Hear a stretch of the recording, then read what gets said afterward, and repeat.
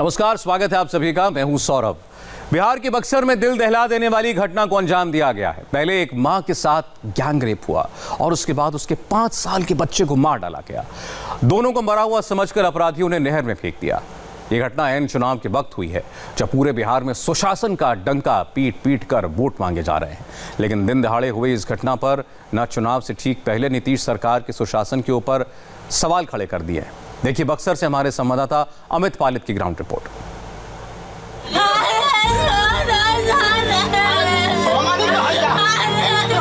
चुनाव की तैयारियों और नेताओं की सुरक्षा में लगी सुशासन बाबू की पुलिस एक मां के साथ न हैवानियत रोक पाई और न ही 5 साल के उनके बेटे की जान बचा पाई। दिल को झकझोर देने वाली ये वारदात बिहार के बक्सर की है, जहां नीतीश राज में हैवानों ने एक परिवार को पूरी तरह उजाड़ दिया।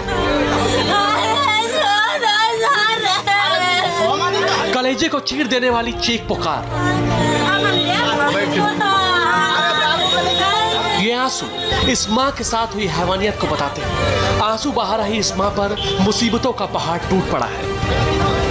पहले महिला के साथ 7 लोगों ने गैंगरेप किया और फिर दरिंदों ने इसके 5 साल के बेटे को मार डाला। 11 तारीख को सुबह 4 बजे के आसपास एक महिला और एक 5 साल का बच्चा लाया गया, जिसमें एग्जामिनेशन करने पर बच्चे की मौत हो चुकी थी और पीड़िता काफ़ी डिस्ट्रेस में थी, तो उसको ऑक्सीजन और दवा हुआ दिए हम लोग। उसके बाद थोड़ा स्टेबल हो गई, वो बार बार उसको फिट आ जा रहा था, तो यहाँ से उसको सदर अस्पताल बक्सर रेफर कर दिया गया। आधा मिनट के आसपास होश में रहती थी, कुछ बोलती थी और उसको फिट आ जाता था, बेहोश हो जाती थी, तो उसको जल्दी जल्दी हम लोग सदर अस्पताल पहुँचाए एम्बुलेंस से। पीड़ित महिला अपने बेटे के साथ बैंक जा रही थी। इस दौरान आरोपियों ने रास्ते में महिला और उसके बेटे को अगवा कर लिया। आरोपियों ने महिला के साथ पहले गैंगरेप किया और विरोध करने पर मासूम बेटे का गला दबा दिया। वारदात को अंजाम देने के बाद आरोपी दोनों को नहर में फेंककर फरार हो गए। आइए आपको जरा वो जगह और करीब से दिखाते हैं कि कहां से पीड़िता को निकाला गया था। सामने आप देख सकते हैं कि ये जो पगडंडी है यहाँ खेत के बिल्कुल किनारे से होकर जाता है और उसके बाद आप कह सकते हैं कि एक तालाब जैसा ही है, लेकिन 20 फुट गहरा है, ये काफ़ी गहराई है इसमें। और आप देखिए कि वहाँ पर उसको अगर फेंका गया होगा इस लड़की को, पीड़िता को, तो वहाँ पर किसी तरह से बचे।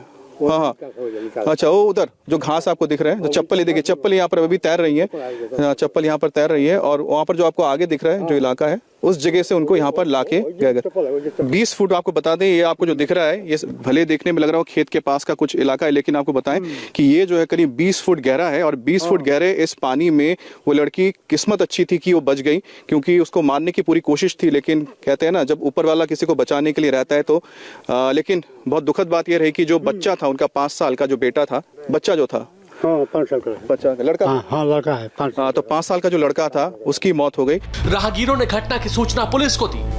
चश्मदीदों के मुताबिक पीड़िता बेहद गंभीर हालत में नहर में मिली। जब आप सुबह निकले सुबह तो क्या आवाज सुनी आपने? आवाज सुना कि सब निकाला है, तो ये आवाज देता है कि बचाओ बचाओ बचाओ बचाओ।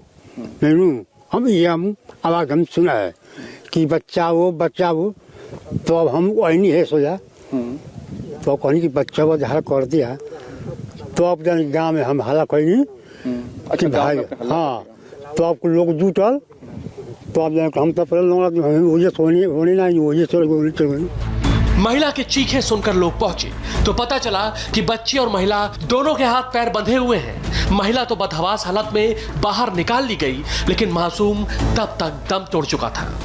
नहर पर धल बड़ा सा बतौला सब बयान की तोरा के कहाँ धैल से हम पूछनी है। हाँ। तो नहर पर टेढ़ा पर धल बड़ा के जैसे भोला यादव ना बतौनी। हाँ, उनका बाबूजी का नाम मुन्ना यादव। अच्छा, और ओकरा बाद मीनाराम उनकर बाबूजी का नाम राम बेलास राम। अच्छा, और रंजनी राम। हाँ।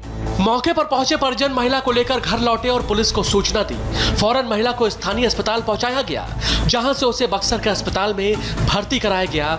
उसकी हालत गंभीर बनी हुई है। वहीं बच्चे के शव को पोस्टमार्टम के लिए भेजा गया।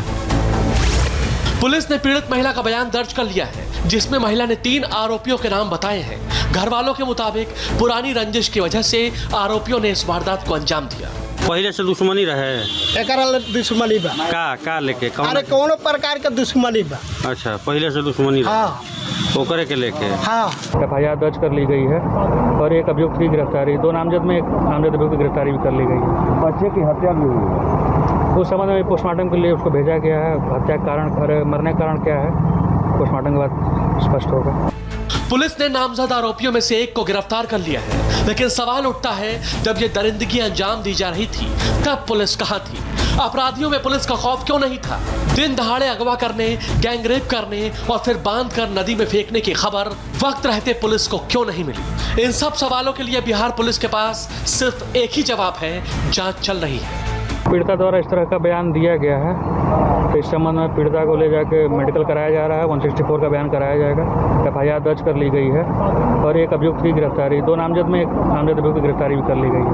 बच्चे की हत्या भी हुई है। उस संबंध में पोस्टमार्टम के लिए उसको भेजा गया है। हत्या का कारण और मरने का कारण क्या है, पोस्टमार्टम के बाद स्पष्ट होगा।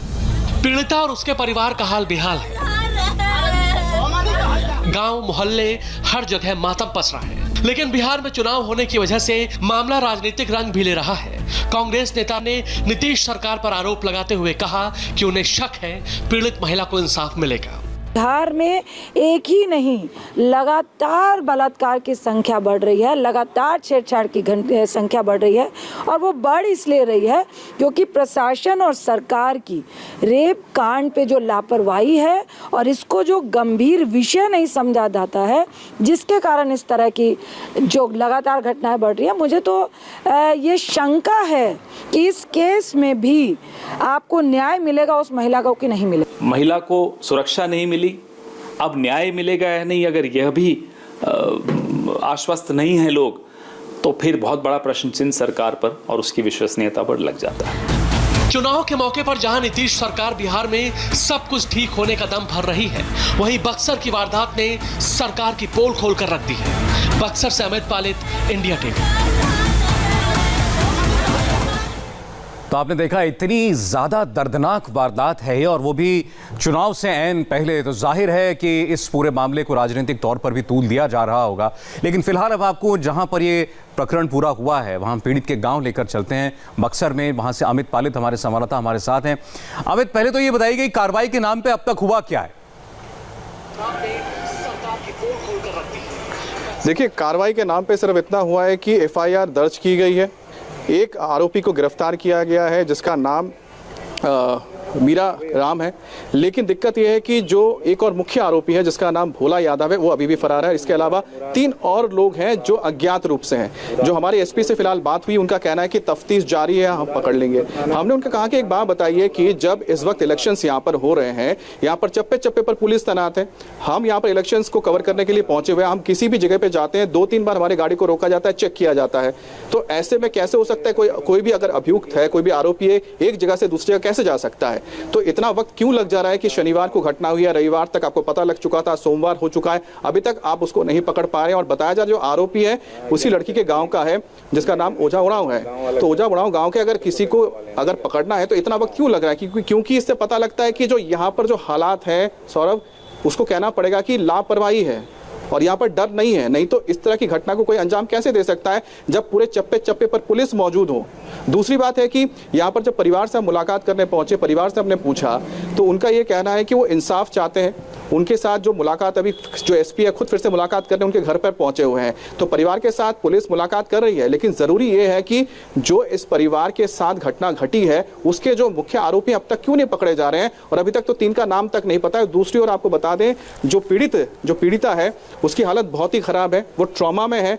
वो अपने पिताजी जब उससे बात करने जाते हैं तो उनको भी पहचान नहीं पाती है, सिर्फ ये बोलती है कि मुझे छोड़ दो, मुझे छोड़ दो। तो आप समझ सकते हैं कि सुबह 10 बजे जब उसको शनिवार को किडनैप किया गया, रात को 3 बजे उसको पाया गया, तो करीब जो 15 घंटे से ज्यादा का वक्त उसके साथ जो दरिंदगी हुई, उससे वो इतने ज्यादा खौफ में है कि वो बार बार उसको फिट्स पड़ते हैं, वो डर जाती है, उसको जब भी होश आता है वो चिल्लाने लगती है। तो आप समझिए कि जो पीड़िता के ऊपर जो गुजरी है, जो हालात हैं, उसको लेकर हम जो बात कर रहे हैं पुलिस के बारे में, तो पुलिस की ओर से ये कैसे हो सकता है कि अभी तक आप उसी गांव के लोगों को पकड़ नहीं पा रहे, जबकि चप्पे चप्पे पर पुलिस मौजूद है। ये और बताइए अमित, क्योंकि इसमें आपने बताया 2 लोग जो हैं वो नामजद हैं जिनके नाम हैं, तो ये गांव के ही लोग थे, पीड़िता इनको पहचानती है, तो क्या इसमें कोई पुरानी रंजिश, कोई दुश्मनी, कोई ऐसी बात भी सामने आई है क्या?